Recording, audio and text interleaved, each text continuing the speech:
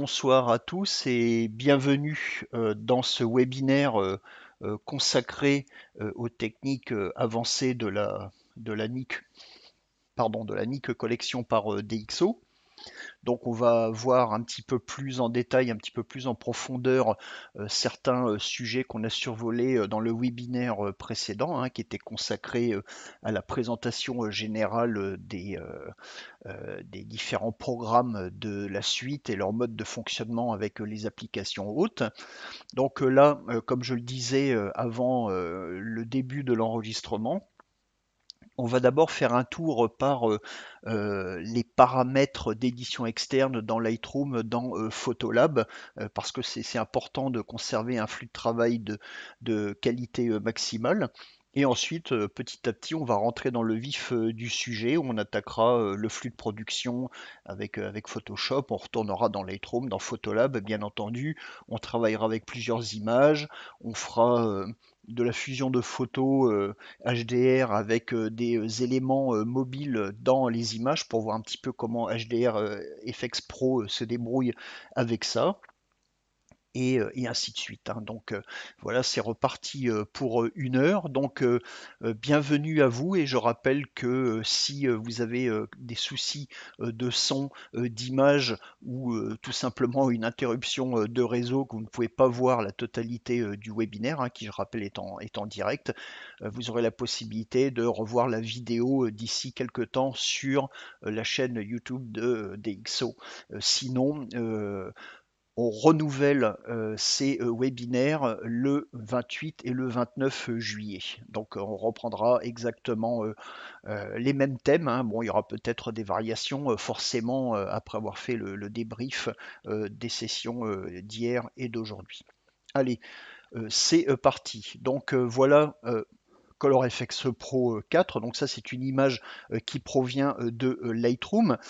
Et puisqu'on parle de paramètres, vous savez probablement que dans chacun des programmes de la collection NIC, on a accès à une aide en ligne. Vous voyez ici en bas à gauche, si on clique sur aide, on va tout simplement se retrouver sur une page web avec des informations en français.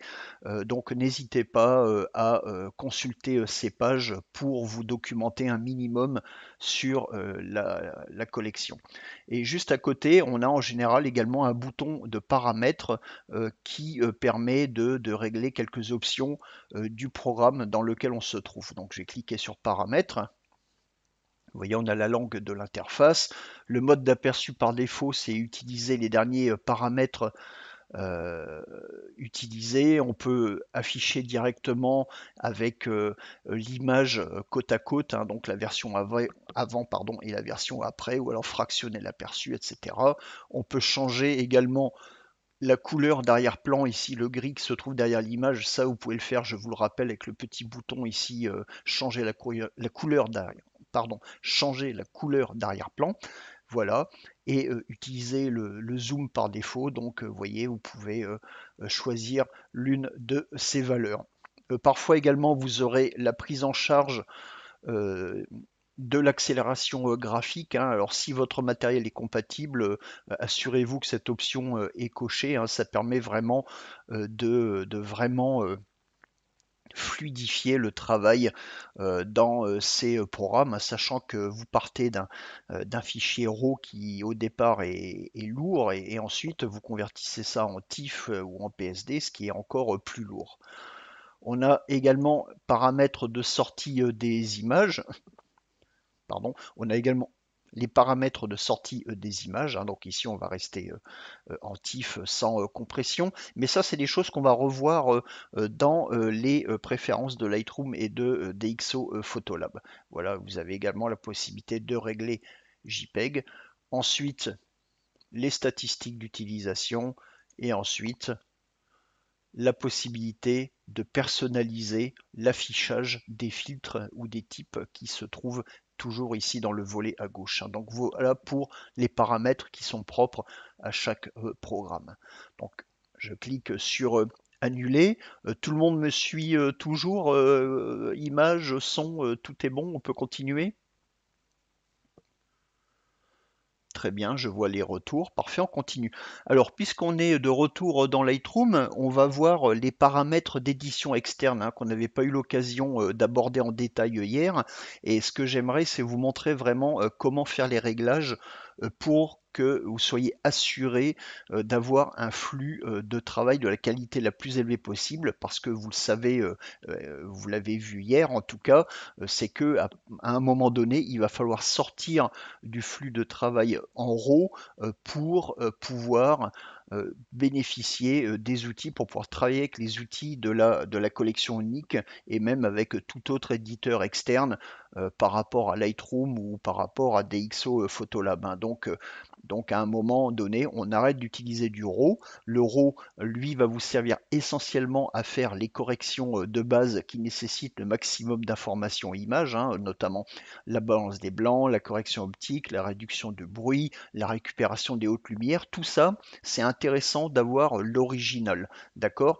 Ensuite, pour le travail de type artistique, entre guillemets, ou créatif, on n'a pas besoin du fichier RAW en fait. Alors évidemment, on peut utiliser les outils des applications hautes comme Lightroom ou Photolab, bien entendu, mais pour la collection unique et tous les outils qu'on va y trouver, bien évidemment, un TIFF est largement, très largement suffisant pour garder ce flux de qualité maximale. Et évidemment, on peut, si on fait du one-shot, on peut également travailler en JPEG, bien entendu. Alors, en ce qui concerne Lightroom, pour paramétrer les préférences des éditeurs externes, donc on va, si vous êtes sur Mac, on va dans le menu Lightroom, préférences. Si vous êtes sur PC, euh, ce sera dans le menu édition et ensuite une fois que la fenêtre des préférences est ouverte, vous allez dans l'onglet édition externe. Alors vous savez que la première partie est toujours réservée à Photoshop si celui-ci est installé sur votre ordinateur.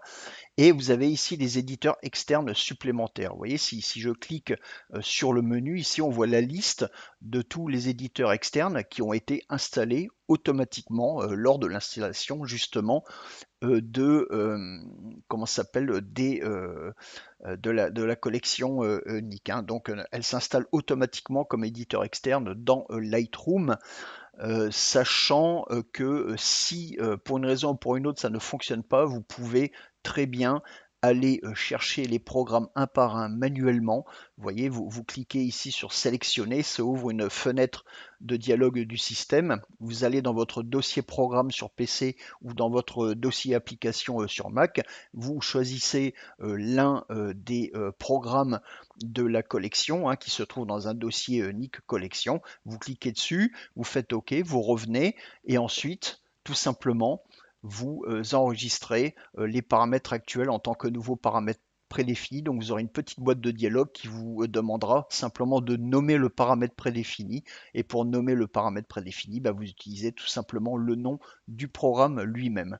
Ensuite, vous passez au réglage, au format de fichier. Alors pour conserver justement la qualité maximale, je vous recommande d'utiliser du TIFF en 16 bits par canal rouge, vert, bleu. Donc ça fait des fichiers qui sont quand même assez volumineux, mais c'est la garantie vraiment de réduire les pertes en ce qui concerne le traitement des photos. Lorsqu'on va passer du format RAW, enfin du RAW, au format bitmap, c'est-à-dire des images composées de pixels, puisque dans Lightroom ou dans Photolab, on n'agit pas directement sur les pixels, c'est du traitement paramétrique. Par contre, dans la collection unique, là, on travaille directement sur les pixels. L'espace colorimétrique, je vous recommande également de choisir Profoto RVB, qui est le plus étendu, qui est également l'espace colorimétrique interne de Lightroom, enfin l'un des espaces colorimétriques internes de Lightroom, puisqu'il y a Profoto, il y a également Melissa RVB, ce sont les espaces les plus étendus possibles. Je crois que par défaut, c'est sRVB qui est affiché. Le problème, c'est que lorsque ce réglage est sur sRVB, quand vous passez dans la collection unique, l'image passe dans un espace et convertie en sRVB en fait, et vous risquez de perdre des nuances, donc restez en Profoto. La résolution, ça n'a strictement aucune importance, hein, puisqu'on ne spécifie pas les dimensions physiques du document de sortie, donc ça c'est juste un tag dans les métadonnées. Et n'oubliez pas également de cocher empiler avec l'original parce que ça fait toujours plaisir de voir l'image revenir de la collection unique et s'installer bien sagement à partir de son original. Donc voilà pour les préférences dans Lightroom, les préférences d'édition externe pour un flux de qualité. Maintenant, on va voir rapidement dans DxO Photolab, hein, c'est un petit peu la même chose en fait. Donc je clique sur export vers application et là vous avez donc la liste des programmes que vous avez déjà utilisés. S'ils ne figurent pas tous ici, vous allez les chercher en cliquant sur parcourir. Donc vous voyez là j'arrive dans mon dossier Nick Collection et là je peux prendre par exemple ColorFX Pro, euh, choisir, voilà, comme ceci, et il se rajoute à la liste et il restera dans la liste même quand vous quittez Photolab. Pour vider cette liste, en fait, il faut tout simplement sélectionner et vider l'historique.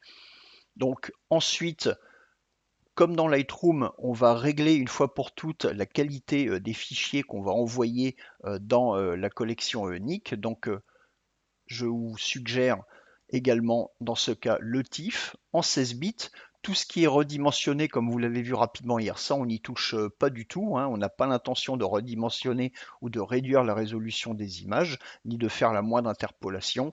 Et en ce qui concerne le profil ICC, c'est-à-dire l'espace colorimétrique de l'image d'origine, on va garder donc original et ensuite il suffira de cliquer sur exporter pour basculer dans la collection NIC. Donc voilà pour les réglages concernant l'utilisation de la suite NIC en gardant un flux de la qualité la plus élevée possible.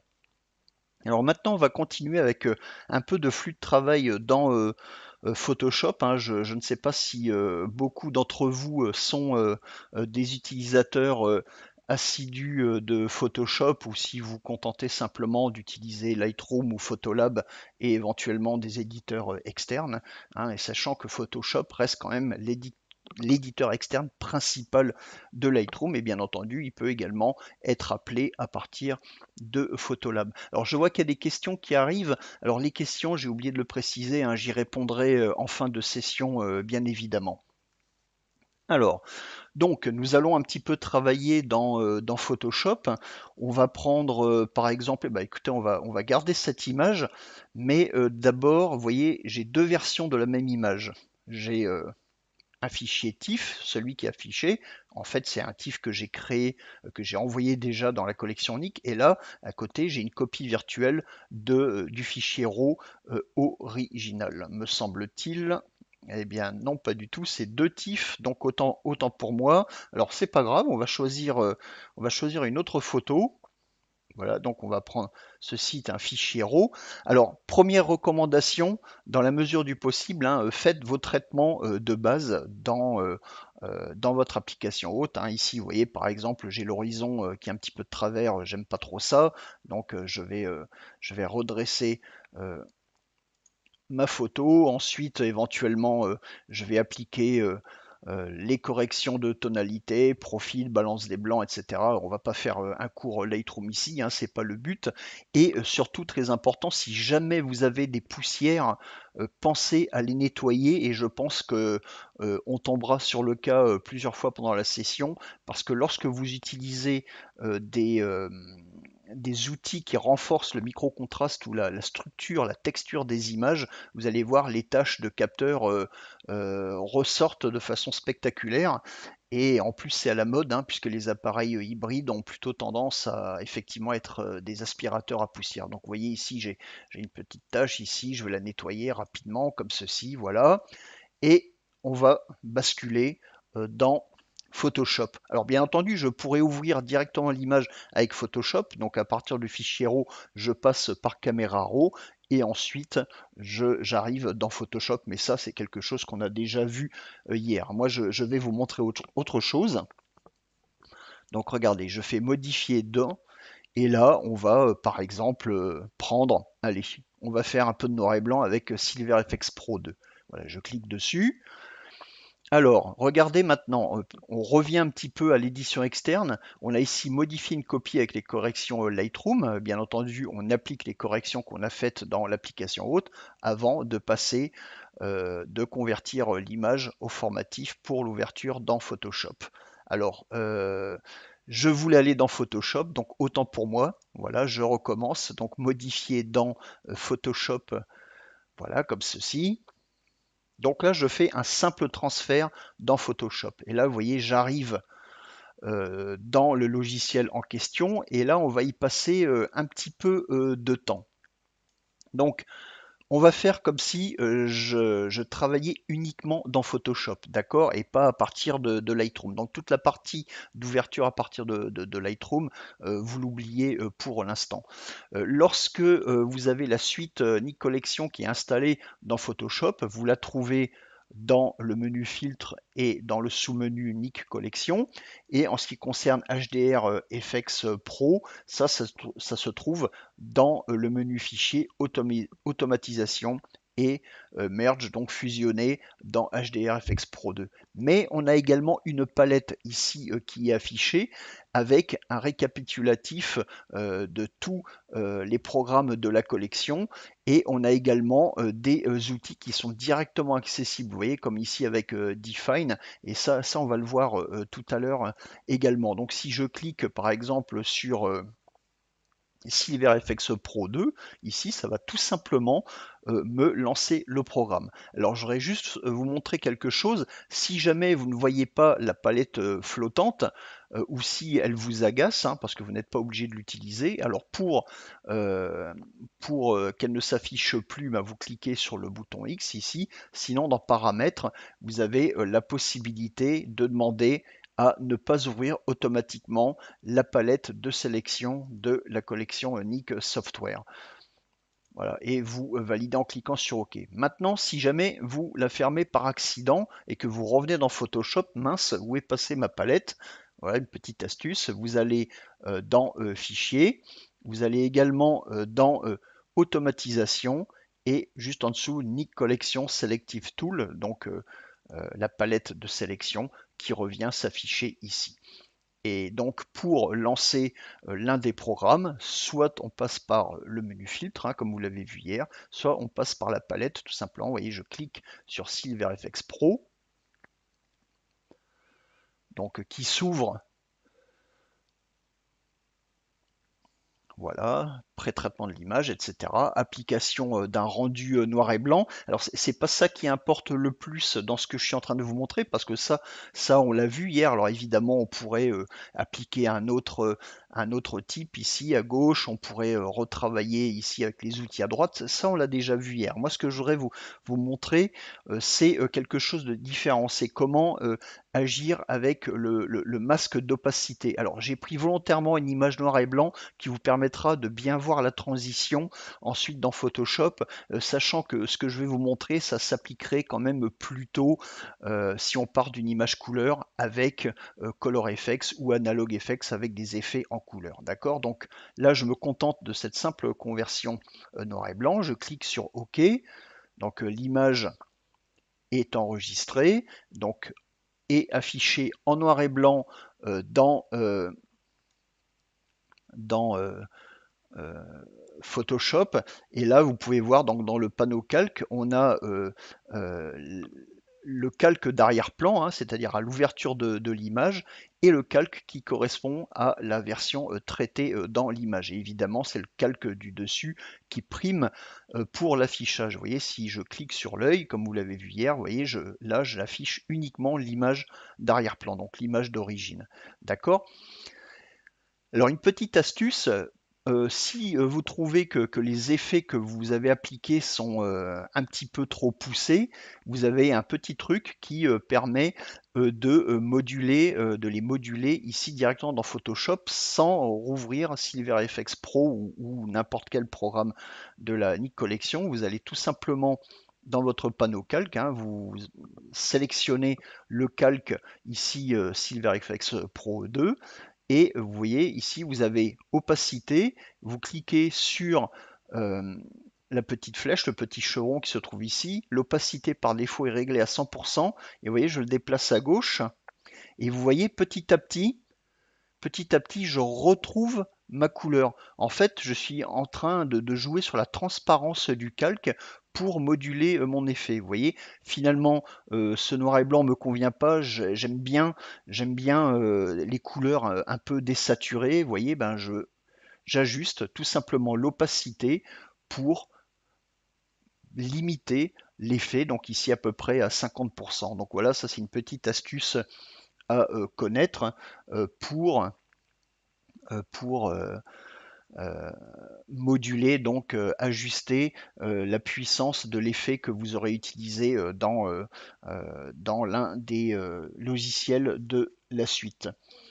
On a également autre chose qui s'appelle le pinceau. Alors, regardez, ce que je vais faire, je vais prendre mon calque ici vers FX et je vais le mettre dans la corbeille, donc je retrouve mon image d'origine, et là je vais recommencer et je vais retourner cette fois, allez, je vais prendre Color Efex Pro, par exemple.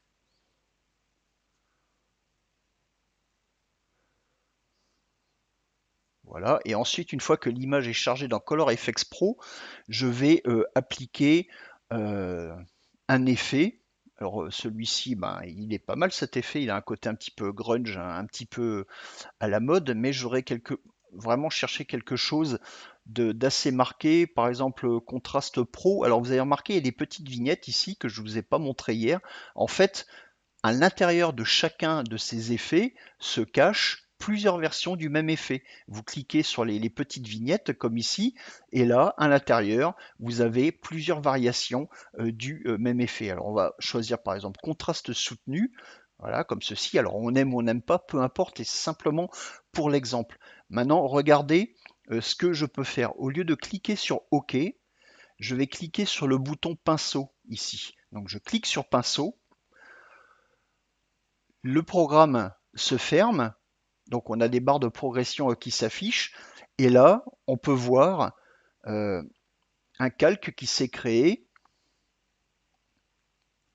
Voilà, donc ça prend quelques secondes, avec l'effet qui a été appliqué. Vous voyez, donc si j'enlève l'affichage de l'arrière-plan, donc on a une image transparente. Et là, vous voyez, j'ai la vignette qui m'indique qu'il y a une correction qui a été appliquée par Color Efex. Et en fait, ce qu'on a ici, c'est un masque de fusion. Et comment ça fonctionne? Et ben, en fait, grâce au pinceau de Photoshop, je vais tout simplement euh, appliquer l'effet avec le pinceau de Photoshop au lieu de faire une application globale. Par exemple, je peux le faire de manière sélective. Alors, vous voyez, j'ai déjà sélectionné le pinceau. On peut régler l'épaisseur, c'est-à-dire le diamètre, hein, et je vais le mettre assez grand quand même, hein, pour que vous voyez bien l'effet. Bon, on peut aussi jouer sur la dureté, c'est-à-dire la diffusion du bord. Voilà, comme ceci. Et maintenant, regardez, je vais le faire un peu plus grand quand même. Vous voyez, hop, allez, comme ceci. Vous voyez, et regardez, je peins. Maintenant, je peins avec le pinceau de Photoshop dans l'image. Et regardez, petit à petit, je dévoile donc l'effet qui a été appliqué dans le programme Color Efex Pro 4. Vous voyez? Donc là, en fait, j'agis tout simplement en révélant le calque qui correspond à Color Efex. Et si on regarde ici euh, à droite la vignette du masque de fusion, toutes les parties où j'ai peint sont en blanc et les parties en noir correspondent aux parties non modifiées de l'image. Vous voyez, je vais juste peindre un Z par exemple comme ceci. Donc là, on voit le Z. Alors, en fait, c'est tout simplement le principe des calques de Photoshop, qui est un outil très puissant et qui permet, en empilant les calques comme ça avec différents types de corrections, de les révéler tout simplement en passant le pinceau blanc, donc le pinceau de premier plan, hein, qui se trouve, vous voyez, la couleur blanche ici, dans l'image. Donc voilà à quoi insère ce fameux bouton pinceau qu'on trouve dans la collection Nick. Voilà pour ce flux de travail. Alors ici, on remarque qu'on a donc juste deux calques. euh, et une fois qu'on enregistre le travail, alors regardez, on va l'enregistrer tel quel, hein. Je clique sur l'onglet ici pour le fermer. Ensuite, enregistrer. Alors comme je suis parti de Lightroom, je vais retrouver l'image peinturlurée de cette manière dans Lightroom, bien évidemment. Voilà, donc ça enregistre, ça enregistre.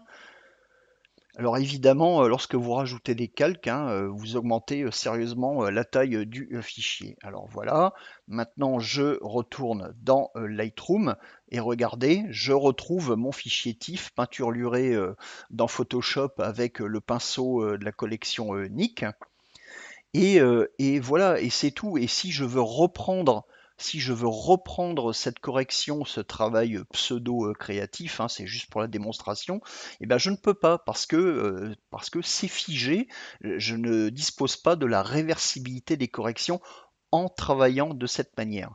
Mais il y a quand même la possibilité de le faire, et ça, c'est étape suivante, c'est grâce aux objets et aux filtres dynamiques de Photoshop. Alors, regardez, je vais repartir de mon fichier RAW, mais juste avant ça, je vais vous montrer, vous vous souvenez de la petite fenêtre qui permettait d'afficher les réglages d'édition externe à partir du fichier RAW, c'était juste créer une copie avec les modifications Lightroom. Maintenant, si je pars du fichier TIFF lui-même et que je fais modifier dans Photoshop, vous voyez, de nouveau, vous voyez là, j'ai d'autres options parce que je pars d'un fichier bitmap. Donc, soit je modifie une copie qui inclut également les corrections Lightroom, c'est-à-dire que je vais faire un duplicatage, je vais créer une nouvelle version de mon image, ou modifier une copie sans les réglages Lightroom, ou si j'estime que reprendre le TIFF que j'ai déjà envoyé dans Photoshop est suffisant, à ce moment-là, je clique sur modifier l'original et ensuite je clique sur modifier. Mais on va voir un flux de travail beaucoup plus puissant avec les objets dynamiques.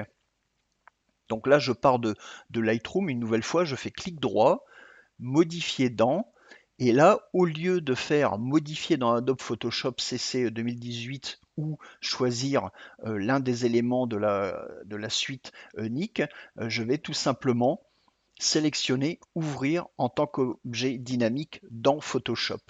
Alors si jamais j'oublie de faire ça et que j'ouvre de manière classique mon fichier dans Photoshop, ce n'est pas grave parce que dans Photoshop, vous avez la possibilité de convertir en objet dynamique. Alors je le fais directement à partir de Lightroom, comme ceci. Est-ce que tout le monde me suit? Je vais pas trop vite. Le son, l'image, tout est bon encore. Alors je vous demande ça parce que c'est assez curieux parce que lorsqu'on regarde le journal télévisé qui a des problèmes techniques, en général, et on ne nous demande pas si tout va bien. Alors oui, tout est bon. Alors on continue. Alors me voici de retour dans Photoshop. D'accord? On retourne dans le panneau calque et là on retrouve notre vignette, mais au lieu de s'appeler calque d'arrière-plan, vous voyez, j'ai le nom de mon fichier original et j'ai une icône ici qui m'indique qu'il s'agit d'une vignette d'objet dynamique. En fait, dans l'objet dynamique, j'ai tout simplement encapsulé mon fichier RAW, tout simplement. D'accord? Vous voyez, si je fais un double clic sur l'icône, j'ouvre Camera Raw, j'ouvre le filtre Camera Raw qui me permet de reprendre mes corrections sur le fichier RAW original. Mais ça, c'est juste un petit bonus, hein, ça ne fait pas partie de la session d'aujourd'hui. Nous, ce qui nous intéresse, c'est de conserver un flux de travail réversible avec la suite Nick Collection grâce à Photoshop. Alors, on va tout simplement retourner dans le menu filtre comme ceci et on va prendre par exemple, allez, on va retourner dans Silver FX Pro 2 comme ceci, donc pour faire une conversion noir et blanc. Voilà. j'ai cette fois une petite boîte de dialogue qui me confirme que SilverFX Pro a détecté que le calque actif est un objet dynamique. Alors, ça a été mal traduit, ça a été traduit par objet intelligent. Intelligent, pourquoi? Parce qu'à l'origine, ça s'appelle Smart Object ou Smart Filter dans la version anglaise de Photoshop, donc ça a été traduit vraiment mot à mot, mais le terme technique français, c'est objet dynamique ou filtre dynamique. Dans ce cas, le bouton pinceau est également désactivé. D'accord? Donc je clique sur OK. Vous avez vu que vous pouvez supprimer l'affichage de cette fenêtre avec une petite case à cocher. Et là, je vais prendre, je sais pas moi, je vais prendre par exemple cet effet ici. Et supposons, allez tiens, j'aime bien l'effet de structure. Là, il est à 0% et je vais vraiment le booster. Vous voyez, pour révéler un petit peu plus les détails de l'image. Allez, je vais monter à 80% volontairement pour que vous puissiez bien percevoir les effets. Et puis je vais réduire la luminosité à 10 points par exemple. Donc allez, 80% pour la structure et moins 10% pour la luminosité. Tout le monde est d'accord? Alors j'estime que j'ai fini mon travail. Je clique sur OK. Donc enregistrement de l'image, hein, comme ça se passe toujours dans ce flux de travail. Donc voilà, dans Photoshop, on est arrivé. Et là, vous pouvez noter que dans le panneau calque, on a un filtre dynamique qui est appliqué. Ce filtre dynamique s'appelle tout simplement Silver FX Pro. Et là, je me dis, mince, je trouve que la luminosité est vraiment un peu trop faible pour cette image. Euh, Comment puis-je la modifier? Eh bien, c'est très simple. Si vous êtes encore dans Photoshop, vous faites un double clic sur le nom du filtre dynamique ici. Vous voyez, ça rouvre Silver FX Pro 2. Voilà, alors vous avez votre boîte d'avertissement, hein, regardez, l'image elle s'ouvre. Et là, vous retrouvez luminosité à moins 10%, structure à plus 80%. Alors vous allez me dire, oui, mais bon, comme on est toujours dans Photoshop, que se passe-t-il si maintenant je ferme Photoshop et je renvoie l'image dans Lightroom ou dans DxO Photolab? Bah, écoutez, on va annuler, on va enregistrer notre travail. Alors, j'ai peut-être pas cliqué.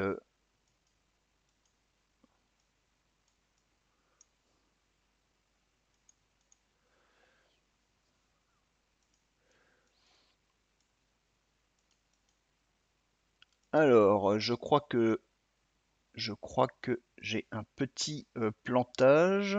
Non, a priori non. Alors, on recommence.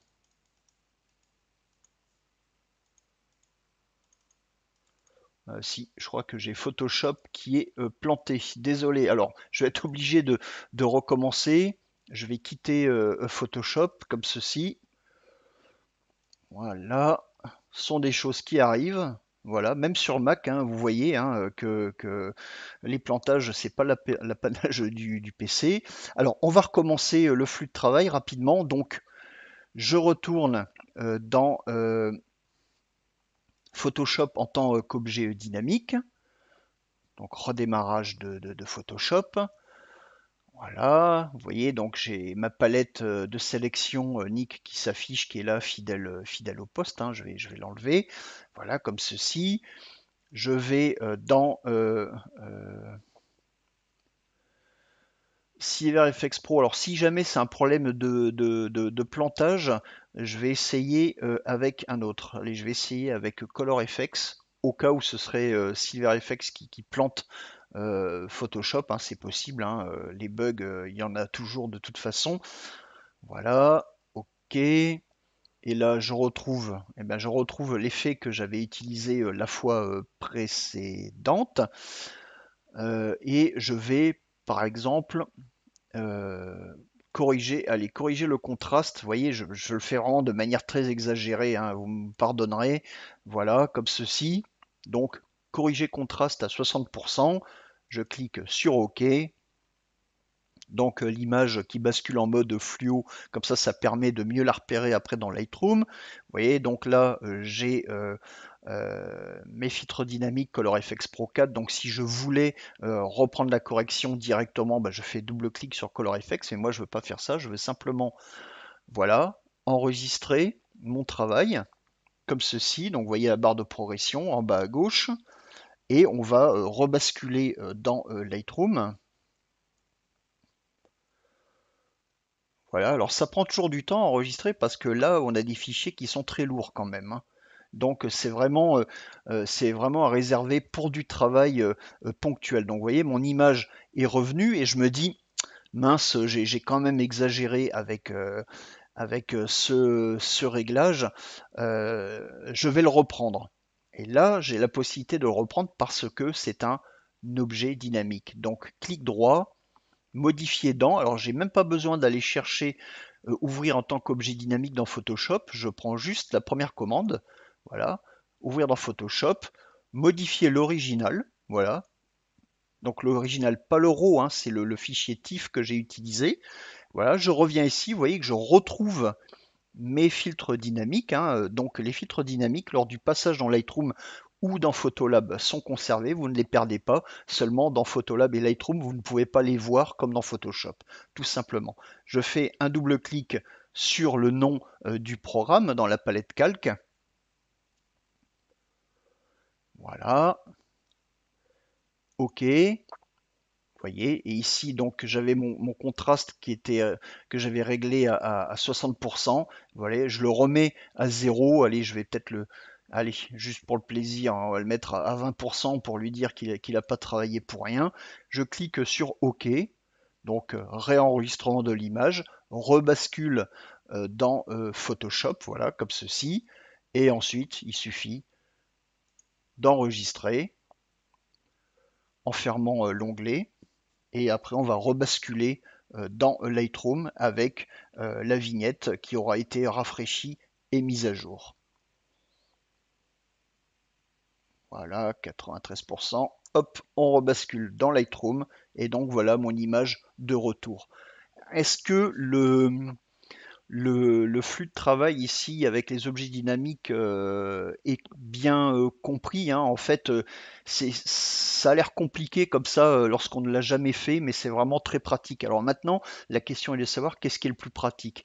Est-ce que euh, est-ce que vraiment des effets créatifs, est-ce qu'on va revenir dessus ou pas? Ça dépend de chaque photographe, mais par exemple, ça peut intéresser les photographes de mariage, d'événementiel, qui font un petit peu de l'expérimentation, comme ça, qui cherchent un petit peu leur marque dans le logiciel, et ça, pour eux, ça va être extrêmement utile. Pour la plupart d'entre nous, bien évidemment, on aura plutôt tendance à faire du one-shot ou du Kleenex, hein, du mode de travail Kleenex, hein, tout simplement. On prend une image, on applique un effet, on l'exporte en JPEG, on la diffuse, on la publie sur Facebook et basta, on ne revient pas dessus. Et si jamais un jour on veut créer une autre version, eh bien on reprend l'original et on recommence, hein. Donc ça, c'est vraiment deux modes de travail. Il y en a un qui est plus orienté sur les professionnels et l'autre plus orienté sur un usage amateur ou grand public. Donc voilà pour euh, le flux de production avec Photoshop. Et maintenant, on va voir un peu plus les points de contrôle.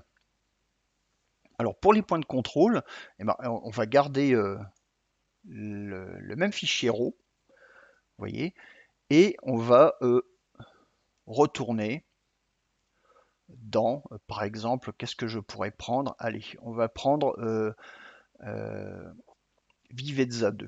Voilà. Donc fichier TIFF, modifier une copie, etc. etc.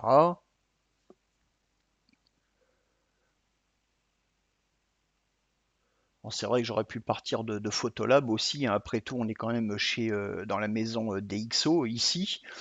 Alors donc voilà, Vivezza 2, lui qui est plus un logiciel permettant de traiter la tonalité et les couleurs. Je dirais que c'est peut-être le moins utile de la série parce que la plupart des outils, vous les avez déjà dans vos applications hautes, mais néanmoins, rien ne vous interdit de travailler avec, hein, ça marche très très bien, il y a aucun souci de ce côté. Alors moi, ce que j'aimerais, c'est vous montrer comment les points de contrôle permettent de protéger des portions de l'image qu'on n'a pas envie de modifier. Alors pour cela, je vais ajouter un point de contrôle. Vous voyez, je clique sur un point de contrôle. Ici, je vais le placer dans le ciel, à cet endroit. Et alors, si vous voyez que ça, hein, vous avez la petite flèche ici, soyez curieux, hein, toujours, hein, cliquez, vous voyez, et ça va dévoiler tous les autres curseurs. Alors, on va juste garder les curseurs principaux.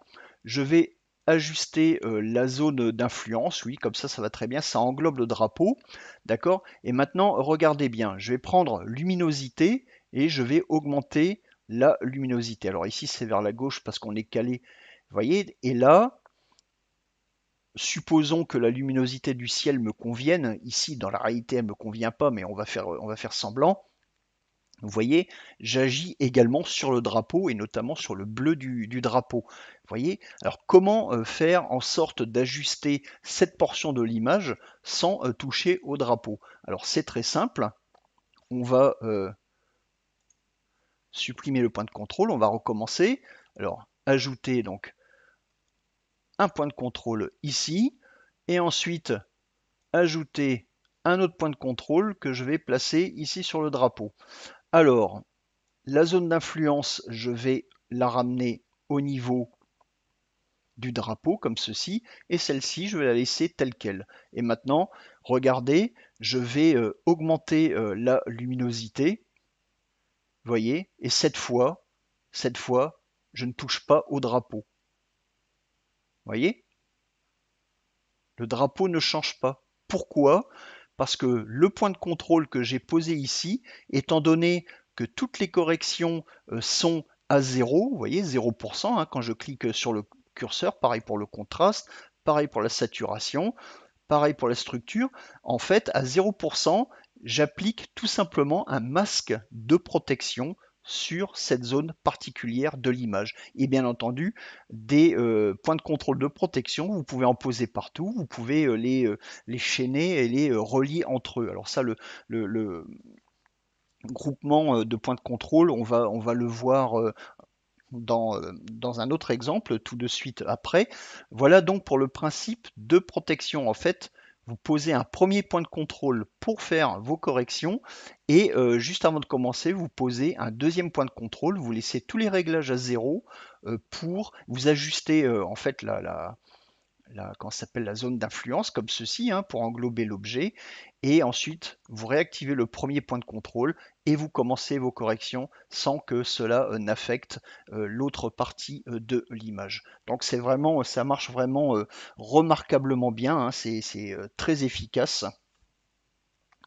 Et maintenant, on va quitter Vivezza et on va passer pour le groupement des points de contrôle, on va plutôt passer, allez, dans euh, Color Effects. Voilà, comme ceci. Modifier. Donc là, cette fois, je pars du fichier TIFF, hein, peu importe. Donc là, on est en mode one shot. Hein, vous voyez, j'utilise pas Photoshop, j'utilise pas les objets et les filtres dynamiques. Voilà, je retrouve l'effet que j'avais appliqué au départ. Alors, l'effet que j'ai appliqué au départ, maintenant j'aimerais corriger, renforcer vraiment le bleu du ciel ici.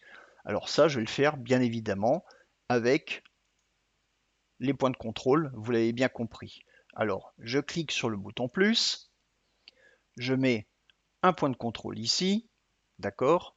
Alors là, en fait, je vais en fait renforcer l'effet de ce filtre, hein, du filtre Pro Contraste. En fait, hein, j'ai oublié de vous préciser. Voilà, je clique sur un deuxième point de contrôle que je vais placer, voilà, à cet endroit-là, et un troisième point de contrôle que je vais placer à cet endroit-là, et je vais également prendre un point de contrôle négatif, donc un point de contrôle de protection que je vais appliquer ici pour qu'on n'agisse pas sur mon drapeau. En fait, là, je vais simplement jouer sur l'opacité de l'effet. Vous voyez, là, on a juste un seul curseur, opacité, c'est-à-dire que je renforce l'effet. Là, je suis à 100%. Et si je reviens vers la gauche, vous voyez, je retrouve l'aspect dans mon image originale. D'accord? Alors je peux le faire ici. Ensuite, je passe à ce deuxième point de contrôle. Je peux le faire ici également. Et ensuite, je clique sur celui-ci. Et voilà, et je ramène aussi aux alentours de... Voilà, donc je travaille sur 3 zones de ciel avec des légères variations du bleu du ciel. Mais vous avez la possibilité de travailler beaucoup plus rapidement, tout simplement en chaînant les points de contrôle. Alors pour chaîner les points de contrôle, c'est très simple. Vous prenez votre souris. Vous voyez, si je pars en haut à gauche, vous cliquez avec le bouton gauche, vous le maintenez enfoncé et vous regroupez les points de contrôle comme ceci. D'accord? Et là, à partir de là, donc vous voyez, ils sont tous sélectionnés, hein, donc on le voit en jaune dans le panneau. Et à partir de là, regardez, là, je bouge le curseur opacité du point de contrôle qui se trouve à droite et regardez celui qui se trouve juste au-dessus et celui qui se trouve dans le coin supérieur gauche. Vous voyez, ça bouge en même temps. Voilà, donc j'applique la même correction sur les 3 points de contrôle dans mon image. Et pour juger de l'effet avant-après, j'ai tous les outils de comparaison, mais j'ai également, vous voyez, l'interrupteur ici qui permet d'éteindre tout simplement d'un coup l'effet de tous ces points de contrôle. Sinon, je peux également les désactiver un par un, vous voyez, en cliquant ici sur la coche. Donc là, j'ai désactivé celui qui se trouve en haut à gauche et ainsi de suite. Et bien entendu, avec la case à cocher qui se trouve ici, je peux appliquer, je peux pardon, afficher le masque d'application de l'effet, hein. Vous vous rappelez, on avait vu ça hier, hein, ce fameux masque qui permet de voir en monochrome à quel endroit on applique notre correction. Vous voyez, donc ici à 100% c'est en blanc pur et en noir il n'y a aucune correction qui est faite pour ce point de contrôle actif, hein, bien évidemment, hein. Sinon, pour voir l'autre, je sélectionne celui-ci, par exemple. Non, même pas besoin de le sélectionner en plus, hein, pardon, il suffit de cocher dans les petites cases ici pour afficher l'ensemble de l'effet des points de contrôle. Vous voyez, si j'agis sur la zone d'influence, vous voyez, ça devient de plus en plus blanc. Regardez ici, le pourtour est un peu gris, ça veut dire que mon effet n'est pas appliqué vraiment à 100% partout. Donc dans ce cas-là, eh bien, j'augmente la zone d'influence et évidemment, vous voyez, si je me déplace dans le bateau, comme ceci, je vais appliquer cette correction uniquement aux parties les plus blanches ici dans l'image. Donc vous voyez que c'est un outil qui est extrêmement puissant, qui permet vraiment de faire un travail très très précis et de manière assez rapide une fois qu'on l'a maîtrisé, qu'on l'a bien pris en main, hein. Et bien sûr, on peut dégrouper euh, les, euh, les points de contrôle. Donc, vous voyez, si je clique sur le bouton grouper ici, en fait, au lieu d'avoir les 3 points de contrôle groupés affichant chacun leur curseur, hein, ce qui peut prendre de la place et peut gêner la vision de l'image, je clique sur le bouton grouper qui se trouve ici, et à ce moment-là, j'agis uniquement sur celui-ci. Alors attendez, on va revenir à l'affichage normal, vous voyez. Donc là, j'agis sur les 3 en même temps, mais vous ne voyez que le curseur de celui de gauche. Vous voyez, et pareil, si je clique sur celui-là, c'est l'inverse. Voilà, on voit que le curseur de celui-ci pour la zone d'influence et on n'a pas le curseur d'intensité. Pourquoi? Ben, tout simplement parce que le point de contrôle principal qui pilote les autres, c'est celui-ci. Ensuite, si vous souhaitez dégrouper les points de contrôle, vous avez un bouton ici qui s'appelle dégrouper. Donc vous voyez, je clique dessus, je dégroupe, hein, donc je retrouve mes 3 points de contrôle actifs, mais ils sont quand même groupés dans le sens où je peux continuer à les faire travailler tous les 3 en même temps. On peut supprimer des points de contrôle, hein, vous voyez, donc si je veux supprimer celui-ci par exemple, alors je décoche cela et je clique sur la petite poubelle. Voilà, point de contrôle sélectionné. Maintenant, je les avais tous, erreur de manip de ma part, je les avais tous sélectionnés, mais c'est pas grave. Voilà, je fais CTRL Z pour les rappeler. Vous voyez, en fait, je l'ai fait exprès. Je l'ai fait exprès pour vous montrer comment comment revenir en arrière. Donc avec le raccourci clavier très classique, sur Mac c'est Command Z et sur PC c'est CTRL Z. Vous pouvez évidemment dupliquer les points de contrôle. Vous voyez, si vous sélectionnez un point de contrôle ici, vous avez ce bouton ici à droite, vous voyez, je clique dessus et là je duplique le point de contrôle qui se décale juste à côté. Sinon, on peut appuyer sur la touche Alt également, Alt Option. Vous voyez un petit plus sous la flèche noire, je clique dessus. Vous voyez, et là, je crée un troisième exemplaire de mon point de contrôle. Donc vous avez vraiment énormément de souplesse d'utilisation avec les points de contrôle. Donc groupement des points et les zones positives et négatives et l'affichage des masques de contrôle. Alors, on va quitter maintenant ColorFX Pro et on va un petit peu changer de crèmerie, hein, si j'ose dire, hein. Il est déjà 7h moins 10, hein, l'heure tourne. Et on va faire un petit peu de HDR, si vous voulez bien, de manière un petit peu plus détaillée. Alors, je vais ici. Alors, je pars toujours de Lightroom, hein. C'est vrai que je pourrais partir de Photolab, mais ici, en fait, j'ai rassemblé toutes mes images pour les deux sessions. Donc, bien évidemment, tout ce que je fais ici dans Lightroom s'applique également à Photoshop et DxO Photolab.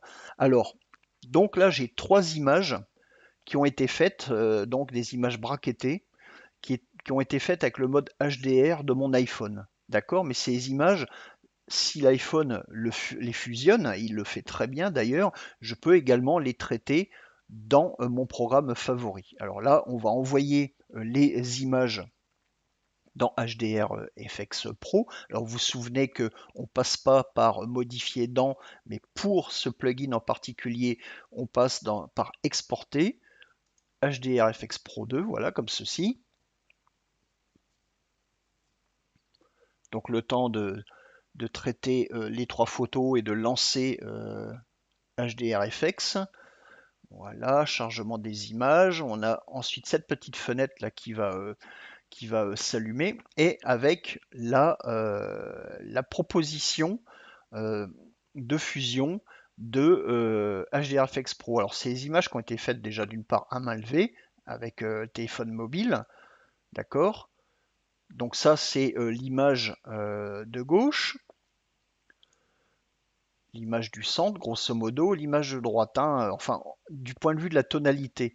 Et là on peut voir que on a une différence quand même importante, hein, de 4 diaphes hein, quasiment hein, entre ces deux images et de 2 diaphes.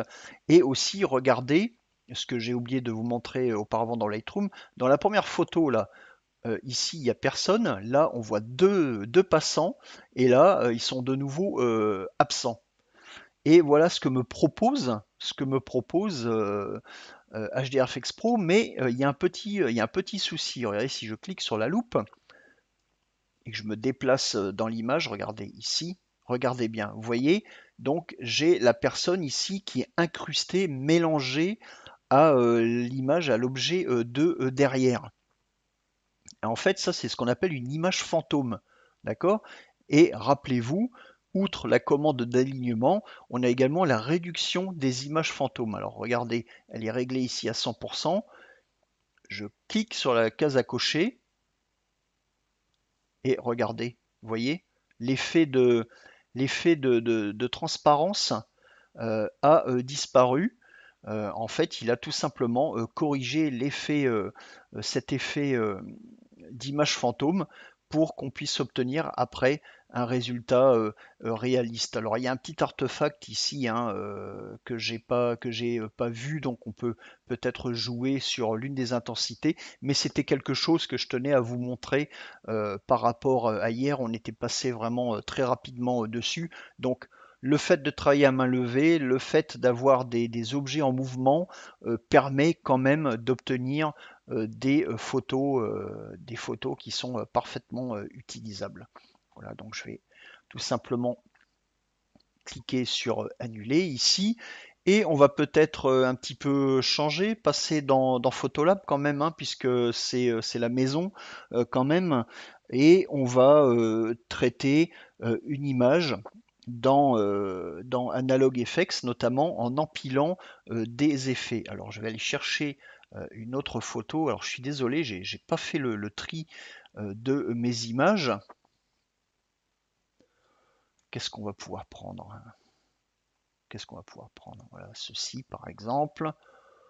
Voilà, donc ça drachait, hein, comme il disait euh, dans, euh, dans le nord, ça drachait ce jour-là, ou peut-être celle-ci. Allez, on va prendre celle-ci, peu importe, hein. Et on clique, donc là on est dans Photolab, on clique sur Export vers application, donc on retrouve notre fenêtre d'exportation, et on va aller chercher Analog FX Pro, qui n'est pas dans la liste, pas de problème, choisissez une application. Donc du ouverture de la petite fenêtre du système, et là on va aller chercher donc Analog FX Pro. Voilà, choisir comme ceci, et on va faire du JPEG, tiens, pour changer un peu, exporter. Donc ça on l'avait vu hier déjà.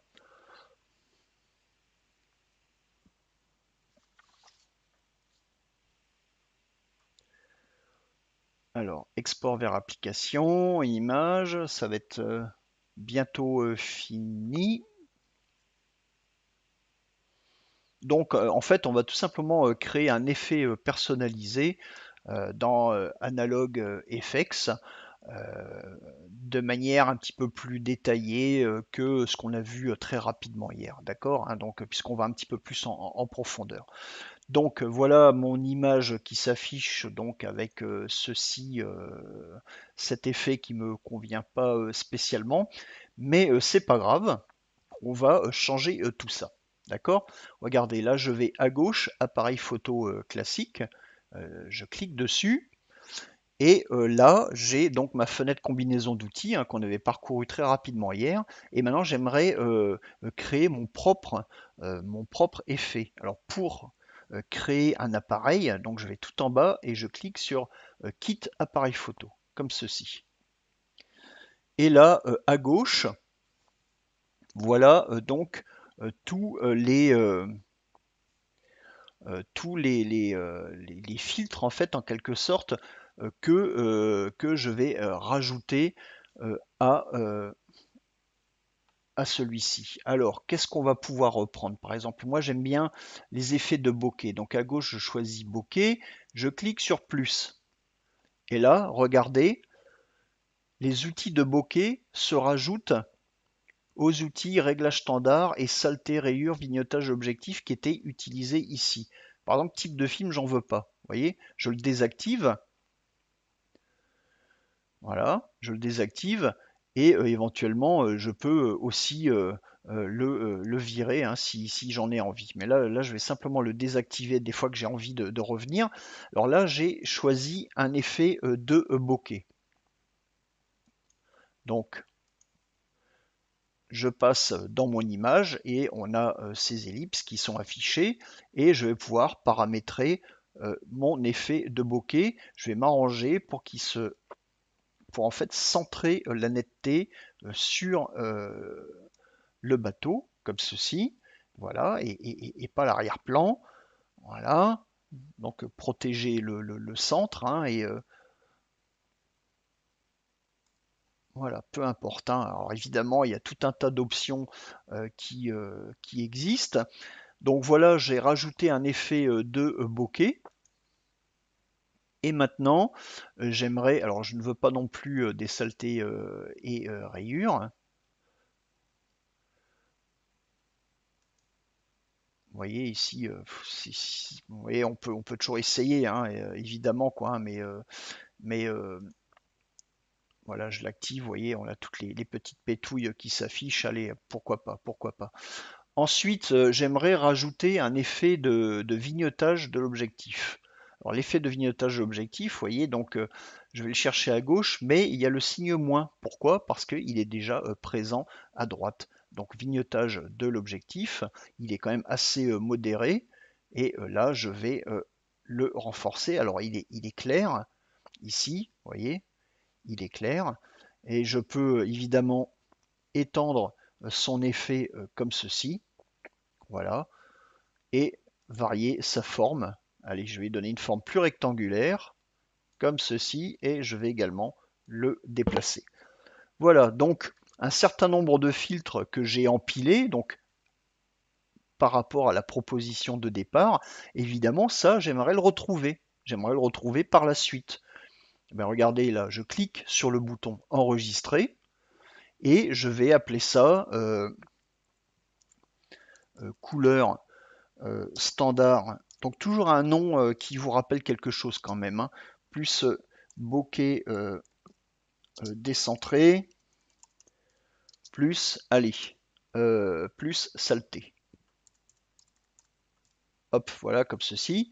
Je clique dessus, donc je crée mon type personnalisé. Voilà, et mon type personnalisé qui apparaît ici est dans la section personnalisée et qui est prêt à l'emploi pour les images, les nouvelles images que je basculerai dedans. Ce qui me mène à la question suivante, peut-on transférer plusieurs images dans un des programmes de la suite Nik? Ben, tout à fait, et je vais faire ça immédiatement. Alors, quel est l'intérêt de faire du traitement sur plusieurs images? J'en reviens à l'explication que je donnais auparavant, c'est-à-dire que tout dépend de la quantité d'images que vous avez à traiter, hein. Si vous faites des photos de temps en temps, bien évidemment, ça n'a pas trop d'intérêt, mais certains photographes d'événementiel et de mariage, donc peuvent avoir besoin d'appliquer la même correction, les mêmes effets sur toute une série d'images. Donc là, je vais prendre d'autres. Alors, donc, je vais prendre la photo d'à côté, comme ceci. Je vais prendre celle-ci, voilà, et on va aller un petit peu plus loin. Donc j'ai trois photos, on va prendre, voilà, celle-ci également. Donc trois photos, tout simplement. Export vers application. On va reprendre Analog FX Pro en JPEG, hein, exporter. Donc évidemment, là, on a trois fichiers RAW à transférer, donc ça va être un tout petit peu plus long qu'auparavant. Alors, on arrive à la fin du webinaire, hein, doucement. Il nous reste à voir encore Define et Sharpener Pro, où je vais vous montrer deux, trois choses. Et après, on aura terminé en débordant un petit peu sur l'heure, si ça va pour vous. Alors, voilà. Donc, traitement des images en cours. Alors, vous voyez, c'est du temps réel, hein, il y a pas de trucage, pas d'enregistrement.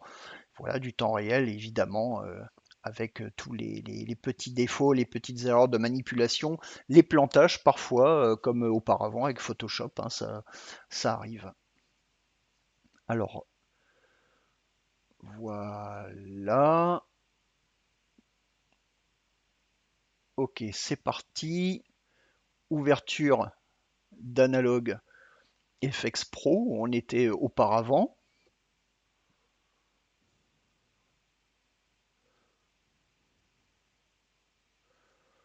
Voilà, alors moi j'aimerais appliquer donc l'effet que j'avais créé juste devant vous. Bon, le bokeh n'est plus très bien centré, mais tant pis. Et regardez sous l'image, vous voyez, on a le bouton précédent et suivant avec le décompte des images. Donc si je clique sur suivant, je charge ma deuxième image.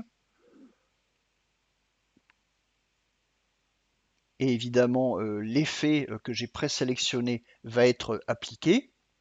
Voilà. Image suivante.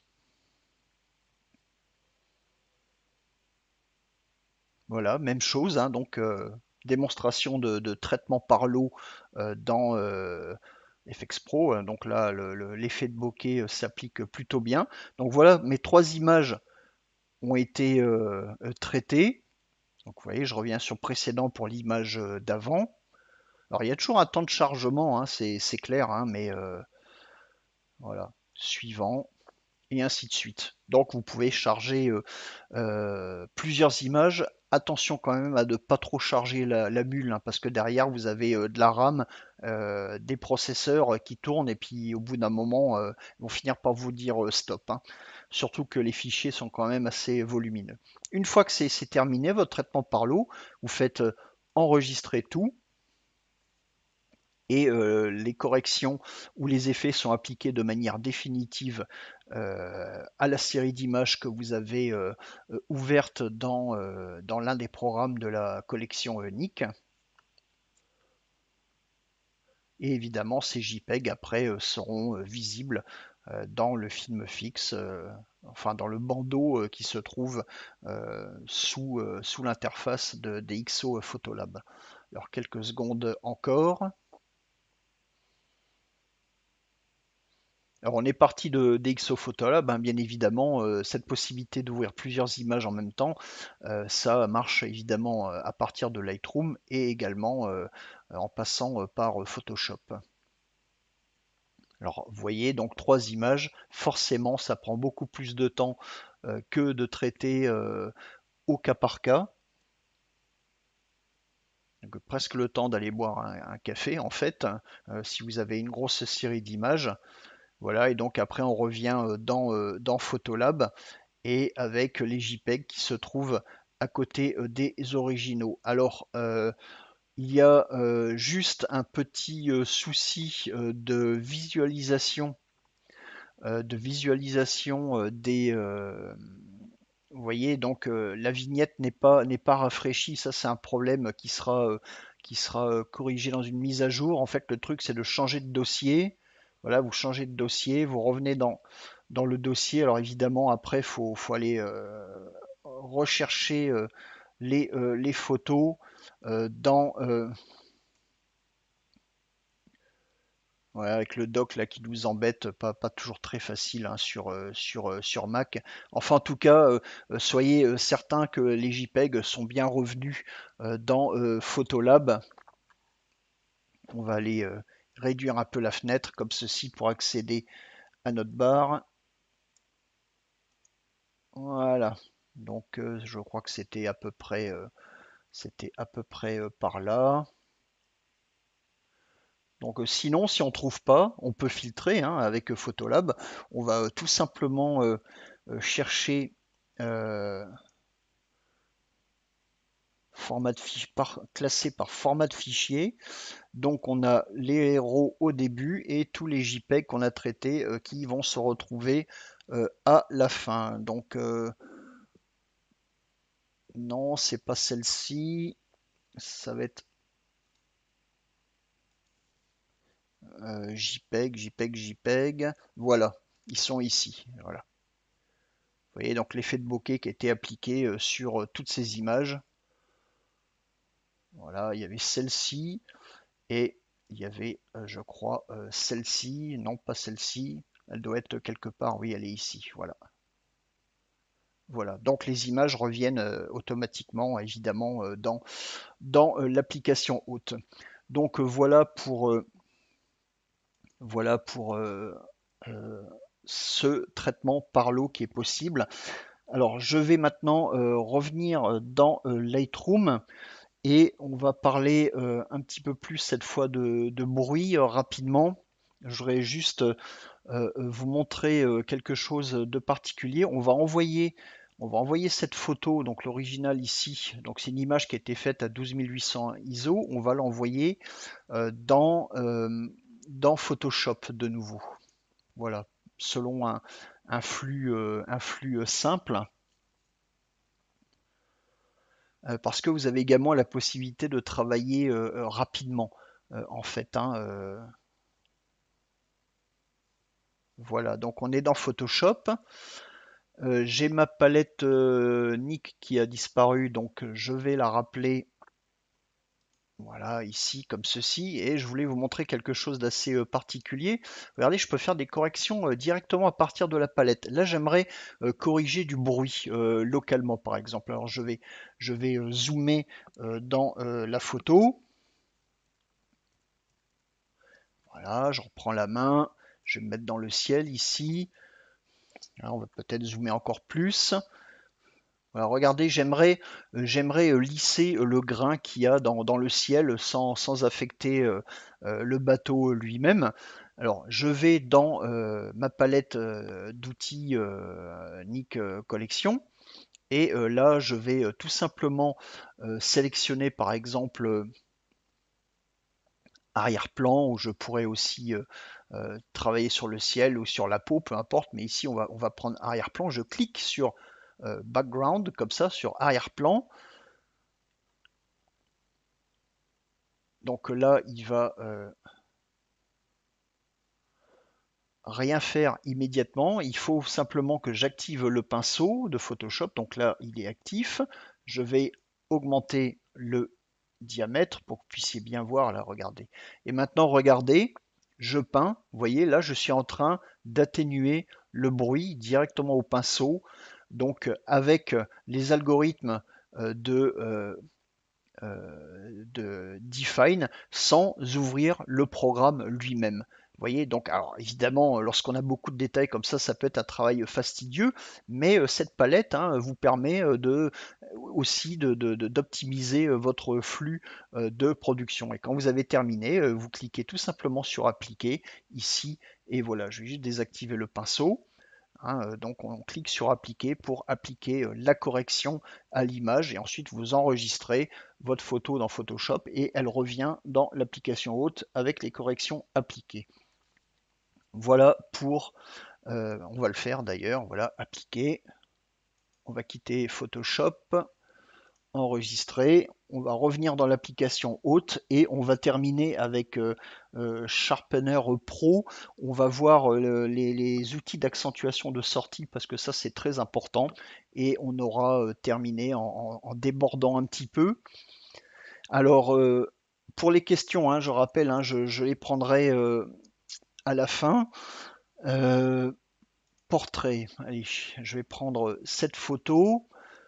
Voilà, modifier dans Output Sharpener comme ceci. Voilà, on va créer notre fichier TIFF. Hier, lorsque je vous ai présenté Output Sharpener, j'ai parlé de l'accentuation adaptative. Alors, on va voir comment ça fonctionne exactement. J'ai peut-être zoomé un petit peu ici. Alors, vous voyez, ici, on a l'accentuation de sortie qui est réglée sur écran. Donc elle a déjà un effet assez prononcé sur cette image, mais cette intensité, elle est adaptative. Alors pour travailler sur la netteté de vos images et également sur la correction de bruit, l'idéal vraiment c'est de toujours zoomer à 100%. Donc là, je réduis l'intensité adaptative, vous voyez, donc l'image paraît beaucoup plus lissée. Par contre, si je vais à fond vers la droite, vous voyez donc le résultat qu'on obtient. Vous voyez, je peux même afficher, euh, regardez, vous voyez la différence. Et là, c'est la sortie pour écran. Alors évidemment, si maintenant, regardons, on va remettre à zéro, euh, regardons si on applique un point de contrôle pour, là, à cet endroit de l'œil, voilà, en étend un petit peu le cercle euh, de la zone d'influence. Alors vous voyez quand vous zoomez dans l'image, n'oubliez pas que votre zone d'influence dépasse parfois de l'écran.